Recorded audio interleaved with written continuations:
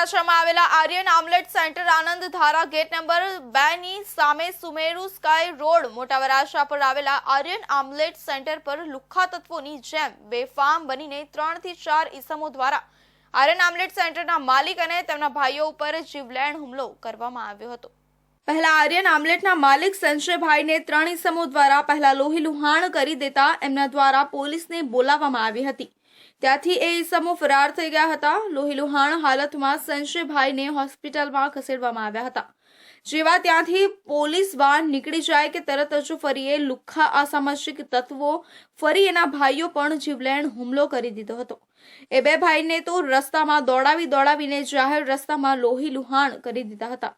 ફરી પોલીસને બોલાવતા ફરી એ ઈસમો ફરાર થઈ ગયા હતા। એ માટે પોલીસ FIR પણ કરવામાં આવી છે। પોલીસને એ ઈસમોની સચોટ માહિતી મોબાઈલ નંબર સાથે આપી દેવામાં આવી છે અને ત્યાંના આજુબાજુના CCTV કેમેરામાં પણ એ ઈસમો આવી ગયા છે।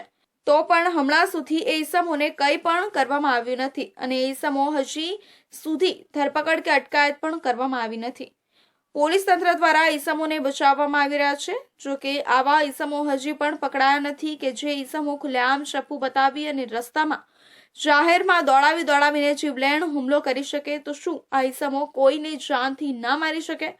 કોઈ હજી પણ સંજયભાઈ શોકમાં છે કે બધી માહિતી આપી હોવા છતાં પણ એ ઈસમોની ધરપકડ કરવામાં આવી નથી કે કોઈ માહિતી મળી નથી। પોલીસ તંત્રને આ તો ગુનેગારને આ છાવરી રહી છે।